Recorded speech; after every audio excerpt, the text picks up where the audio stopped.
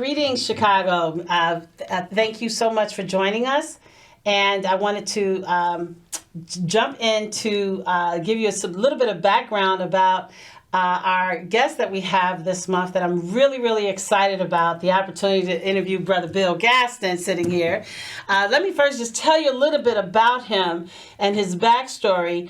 And then we're going to dig into really trying to understand the history of some of the things that he has done and how we've gotten to where we are. Okay, Brother Bill, but for right now, okay, Brother Bill Gaston, he's the founder and the president of Major Taylor International Cycling Alliance. Brother Bill has spent 30 years, though, in the technology sector, writing software for various organizations in healthcare, environmental concerns, and the energy industry. Yeah. And correct me if I say anything wrong in your intro. Okay, he's now the engineer manager for a mainframe security organization. But now let's get to what he's doing in the whole world of cycling. So now in 2017, Brother Bill met one of the founders of Major Taylor Cycling Club Chicago. During that bike ride and that encounter, it completely changed his life. Can I ask who was the brother that you met? He's our friend that's in the witness protection program. Oh, our friend in the witness protection. Oh, everybody knows who you're talking about. Yeah. Okay, so we're not going to say his name. We can't say his name, but everybody knows who that is. All right, so he ended up joining Major Taylor, and he became our club captain. And for 2 years, he was affectionately known as Brother Bill. Now, while Brother Bill was serving as our club's captain, he discovered gaps in communication between the different Major Taylor clubs and cyclists across the country. In order to bridge that gap, Brother Bill used social media and created the Major Taylor Leader Facebook group page. Okay, I got that right. That was the name of the page? Yep. Okay. Now, this effort ended up leading to the Major Taylor Ride Challenge, which was a competition amongst all the Major Taylor clubs to find out which club can ride the most miles in elevation in a month. Okay, I'm sure that was fun. I remember that challenge, too. I was at the bottom of the list. That's all right, though. Now, in 2022, the Major Taylor International Cycling Alliance was founded to foster more effective communication, leadership support, and operational guidance, and to promote cycling advocacy, my favorite thing, in the name and honor of Marshall Major, say his full name for me, Walter Marshall, Major Taylor. Lord have mercy. We love you, Major. Yes, thank you. So, with that being said, let's dive into it. We have to get his name right. All right, let's dive into it. Let's see where I'm trying to think where, as I have so much I want to cover with you in less than 25 minutes. But let's start at the basics. How did you first learn about Major Taylor? And say his name. Say his full name. Marshall Major Taylor. I was on the lakefront riding one day, ran into a friend of ours in the witness protection program, and he started to tell me, he asked me a question, do you know who Major Taylor is? And I thought it was a trick question. And so we just started riding. He started sharing who Major Taylor was. And so when we got to the end of the ride, I stopped and I kind of Googled who Major Taylor was. And when all of the stuff came back, my mouth was in awe. I had never heard of him. I'm like, it's 2017. This brother has done all kind of amazing things, and I'd never heard of him. And at that point, I was driven to want to know more and to find out about cycling because I was trying to lose some weight. Okay. And learned about the Major Taylor Cycling Club in Chicago, kind of lurked on the Facebook page and saw that they were friendly and inviting, went to a meeting, and the rest is history. Okay. So then, I know I'm kind of fast forwarding because I think it wasn't your first year as club captain. No. It was your second year as club captain that you developed the Major Taylor Leaders Facebook group page. So talk to me about the backstory of how that happened, because all I know is one day I think I was on the board at that time of the club. I got an invite to join this leaders path. Okay, but what was the backstory of how and why that Facebook page was started? So Chicago being the big city that it is, we would go to rides and somebody would be in a different kit. And I'm like, where did they come from? And they're from New York, or they're from Texas or New Jersey. And so being the club captain, people would come and say, well, Brother Bill, I'm going to New York. Is there a Major Taylor club there? Or I'm going to LA. Is there a Major Taylor club? I'm like, I think so. So I would go and do the research to find the club, find who the contact is, and then let them know, hey, I got a member coming that wants to ride. Can you connect with them? So once we did that about 7 or 8 times, it got to be old. So I went to the association's website looking for a way to kind of connect to the clubs, and I didn't see anything, and I couldn't find anything. I asked a few people that had been around a while. But you had gone to where to try to connect? To the Major Taylor Association page. Oh, okay. Because that's where you can kind of find the list.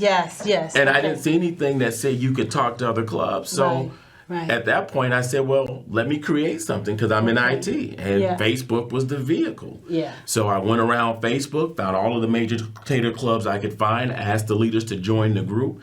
And that's how the leadership page was born. What it did to Major Taylor as a whole is it gave us communication. It gave us synergy. Because now the leaders could talk and share. One place to talk. Okay, and we could talk in I remember that. So was there any criteria to be asked to join that Facebook page? Did you have to be like a board member or a ride leader? What was there any what criteria did you or do you? Because that page still exists, doesn't it? What's the criteria to be invited into that Facebook page? The criteria is that you are a leader of your club. You're in leadership, because the things that we're discussing, you're not really discussing with all the members. So how do you define a family membership? Who do you have for your insurance?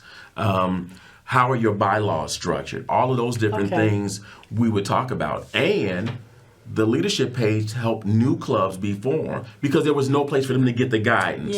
So I'm like, well, come in and ask questions. And now you get a collective answer from all of the other leaders. Okay. Now, once a leader, always a leader in the group, or if because like I'm thinking of our club, we have elections. If the elections change, if you were a leader at one point in time, do you still stay in the group? And it just evolves? It evolves. Some clubs will change. Some clubs will keep their leaders just as a backup. Okay. All right. Well, okay. So I got that. So now I'm assuming, and I kind of alluded to it, that the Facebook, the Major Taylor Leaders Facebook group page was kind of the segue into the alliance. So my next question is, so how did we go from Facebook leaders, Major Taylor leaders, to Major Taylor International Cycling Club Alliance, which is on your shirt? Give me that backstory. So there were several leaders from big clubs. Derek and Hendon out of Major Taylor Iron Riders, Gino Bullock out of Major Taylor New Jersey, Darren Dandridge out of Major Taylor Memphis. And they would come and say, Brother Bill, whatever you need, I got you. So we would talk about different issues that were coming up in the club. Okay. And so one October, I'll never forget it, Darren said, we should do a ride.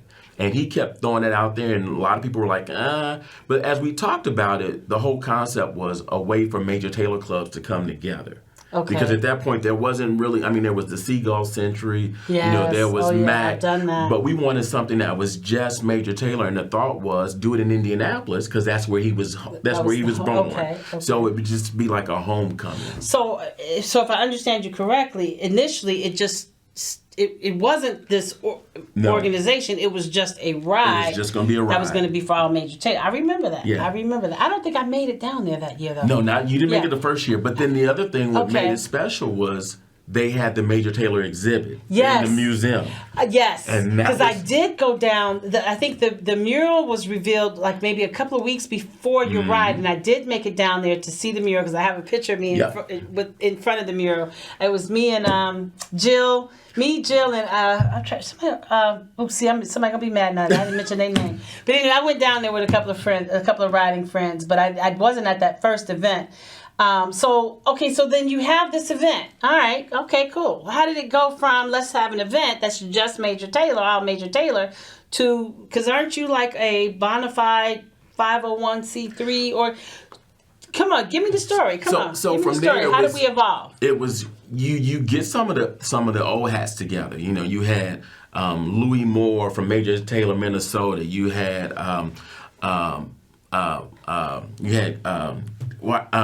He gonna get you calling him an old hat now. You know Louis gonna get you. Griffin out of Minnesota. Yes. You had Greg Masterson out of Major Taylor, Atlanta, or MAC. Yeah. And you had George Harper and the founders of the original Major Taylor Club of Columbus. Out of Columbus, yeah. So you get these guys together and you start talking. And one day I asked George, "Is there anything else you wanted to see done?" Okay. And because he's trying to keep things going, and so it was kind of like, we don't really have an organization that does the day-to-day kind of programmatic stuff for Major Taylor. And when you understand the difference between the association and the alliance, you see where the gap is. Okay, well, wait a minute. Okay, pause. What is the difference between the Major Taylor Association that Lynn Tolman heads up and Major Taylor International Cycling Alliance? And look at your audience. What's the difference between the two? Because I know everybody wants to know the answer to that question. So the difference is very distinct. Okay. The association was created to build a statue in honor of Major Taylor in Worcester, Massachusetts. I always get that messed up. Worcester. Okay. And Lynn handles all of the educational and historical information about Major Taylor. Okay. But as far as running clubs and helping clubs do different programmatic things as far as building and starting, that was never the focus of that organization.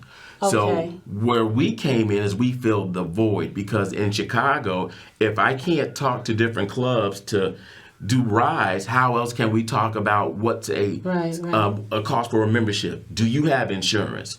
Do you not have insurance? Yeah. What are your bylaws? And those are some of the things. Are you a bona fide organization? Some clubs are just groups of friends that call them that name, and others are incorporated in their state.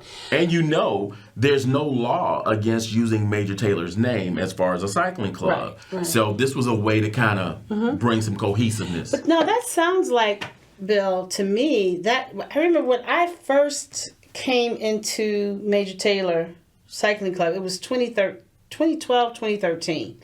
If it was 2012, it was the end of the season. And I get the years mixed up. But I remember I went to an event up in Minneapolis that was the National Brotherhood. Wait a minute. The National Brotherhood of Cyclists. And that is what you're describing sounds like what they were doing. So, like, do they still exist? And if they still exist, are you all doing the same things? Is this a duplicate effort? Or, like, what? I haven't heard anything about the Brotherhood, the International Brotherhood of Cyclists. I haven't heard anything from them in several years. Can you help me understand? So the National Brotherhood was an organization that was before us. What they were trying to do was bring African American cyclists of all genres together. Okay. And they were a little bit ahead of their time. What the Alliance is trying to do. When you say of all genres, meaning of all types of cyclists? All type of cyclists. Whether you were road bike, mountain bike, tricycle. You could be a part of this. Okay. But what the Alliance is focused on are Major Taylor clubs only. Okay. Because those were the only clubs I knew about. So that's where the distinction is. The National Brotherhood is groups of people riding in the name of Major Taylor. Because remember, we previously identified that every club is not necessarily named after him directly. Yes. Okay. I'm following you. So does the National Brotherhood of Cyclists still exist? No, they no longer exist. I believe they ended somewhere in 2018 or 17, somewhere around in there. Which was the perfect timing of when you came up. But so is really is your vision, and I'm going to ask you to state your vision, and I'm going to tell you to look directly at your audience. But is the only difference in your overall vision and mission for the Alliance, Major Taylor Alliance, that you're focusing on groups and clubs that want to ride in the name of Major Taylor versus theirs was more broad and wasn't focused on clubs or groups? What's the difference? Talk to me. Their mission was more of a broad focus. My mission is dedicated and focused to Major Taylor clubs, because that was when I first heard of Major Taylor, that's where my excitement came from. Okay. Because because of who this man is. Yeah. There's no other club in the world named after an individual. That's what makes us special. There are clubs named after beers, cities, components, whatever. But if you go anywhere in the world and say Major Taylor, people will put their hands up. I know a club. We have clubs in Taiwan, in Nairobi. Yeah, that's my next question. So you told me how it came about in the U.S. How did you all expand internationally? What happened? So this kind of piggybacks into the Ride Challenge. The Ride Challenge was created because of COVID. COVID happened, and we kind of thought... you had that Ride Challenge... You did that Ride Challenge before COVID. No, it was early March of 2020 because we were just starting to learn about COVID and people thought the year wasn't going to happen. Okay. And I knew some people were doing the indoor platform. Yeah. And so the idea was, well, we could do this and still kind of be together. Okay. And so I stand corrected. And that's where that came from. So Major Taylor Iron Riders have members from all over. And one of their members was from Taiwan. And her mother got sick and she went back home. Okay. Well, the rule to be in the Ride Challenge was that you had to be a part of a Major Taylor club. And so she started sharing Major Taylor to her friends. And they started joining the Major Taylor Iron Riders. Okay. And then Major Taylor members in the States were like, well, wait, they'll never ride with them. So then what she did was she started Major Taylor Taiwan. Okay, that makes sense. Okay, but now there's other Major Taylor Nairobi. How did come on, I want to hear that story. So the race team basically there's an organization called Major Taylor Wear, and rest in peace Phil Alloy. Phil Alloy started Major Taylor Wear to support the Major Taylor brand, and he supported St. Augustina's track cycling club. He supported the race team. Isn't it? That's an HBCU. Yeah. Okay. And he supported a few other things. And so people didn't know that when they bought Major Taylor Wear kits, where their money was going, because he was doing all this on the back end. Right. But that's where the Nairobi club came from. He found them. He gave them kits. And basically when the picture popped up on Facebook, everybody that was in Major Taylor just went nuts because like, oh my God, Nairobi. Yes. I remember seeing that. And it's just amazing. Wow. Okay. All right. So you've taken me from a Facebook page, just, Brother Bill here in Chicago, meandering around to across the U.S. Then you've taken me now international. Are those the only two, Taiwan and Nairobi? Because I thought I saw something else pop up in Facebook. There's another one in Europe that we haven't touched bases yet. It's not official yet. We're working on it. We're working on it. Spill the beans. Come on, tell us what city. Tell everybody. In the United Kingdom, there is a Major Taylor club that is forming there, and also in Japan. We have a member. That used to live in Chicago. She has family in Japan. Okay. And they want to start a Major Taylor club in Japan. Alrighty, and you heard it first here on our Trailkeeper show that we're anticipating Major Taylor UK and Major Taylor Japan. All right, so now talk to me about your vision. Actually, no, wait a minute. I don't know if I want you to talk about the vision. Before you talk about your vision, tell me about this event. I've been hearing all this talk. It's all on social media. I'm getting text messages and, you asking me to send the logo so you can have me, because you're, by the way, my listeners, proceeds from Brother Bill's event that he's going to tell you about, some of those proceeds will go back into the trail. Yes. But tell me about this event, and then I'll segue into, I want to hear your bigger picture vision. So tell me about this event. So when we had the first event in Indianapolis in 2022, it was such a huge hit, and everybody wanted to do it again. So we decided, let's go back to Indianapolis again. The question was, what do you do since you don't really have the museum exhibit? So that's where the conferences came from. And those were, that was a huge hit because we talked about cycling nutrition. We talked about being a ride leader. We talked about youth being involved in cycling. And so it just grew organically. The convention, because everybody does a rise, but this makes it different. Right. So, the training, the education. Right. Yes. So this year, June 21st to the 23rd, we will be having the Major Taylor International Cycling Alliance Convention here in Chicago. Chicago only makes sense since this is Major Taylor's last known resting place. Yes. He lived at the Wabash Y. Yep. In Bronzeville. Yeah. And he's buried in Mount Glenwood Cemetery. And so what we're asking is Major Taylor clubs and people in Chicago and around the world to come and celebrate with us the historic legend Marshall Major Taylor. Yes. And so that's what the convention is all about. There'll be seminars on similar to because I did make it to the one in 2023. Will it be similar to that? Because I remember we rode a little bit. Well, you and I rode around the car, right? But I remember sitting in some workshops where you all were talking about different leadership issues. So similar to that format. And one seminar I gotta say.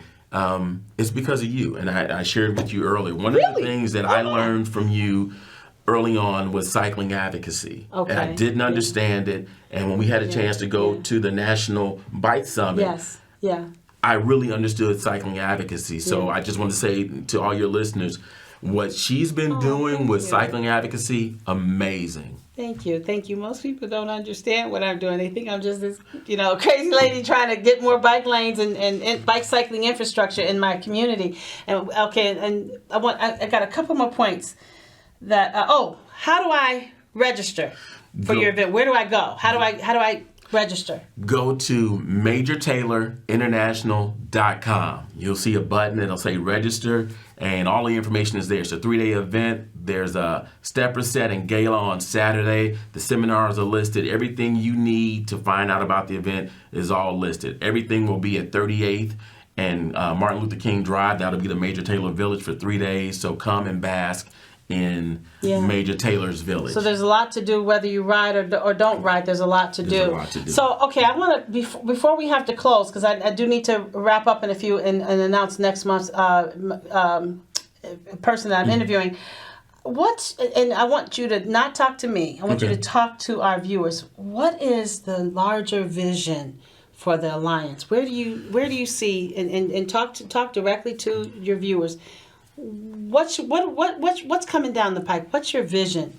So one of the things I want to accomplish with the Alliance is right now there's probably about 90 Major Taylor clubs. I'd like to see that vision grow to 125 clubs. I would love to see 50,000 Major Taylor members around the globe, 20,000 youth members.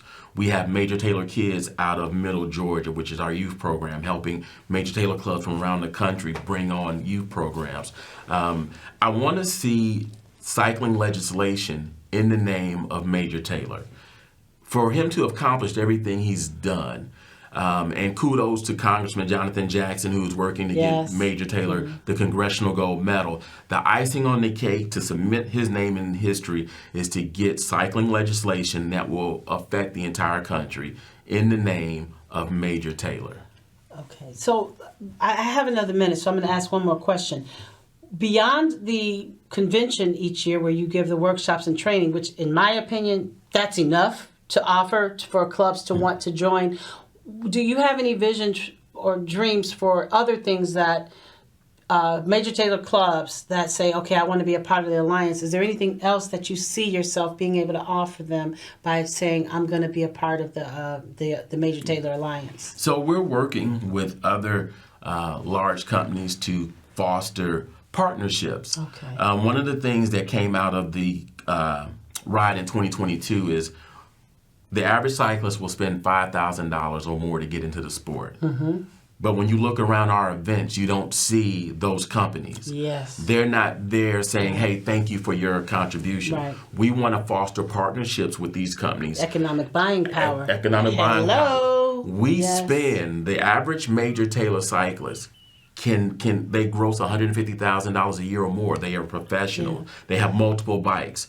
We deserved a seat at the table. Thank you so much. And on that note, we're going to wrap up. And I'm going to put you on the spot about a private conversation that we've been having, that we may do this show again next year. but we may be interviewing leaders from different clubs to capture and codify the history of how these different clubs across the country. You promised to do it. I put you on spot. Everybody hears it and sees it. And I want to thank all of our viewers for tuning in. And I'm really excited about next month's person that'll join us. It's Karshina Ross. She's an attorney and an entrepreneur.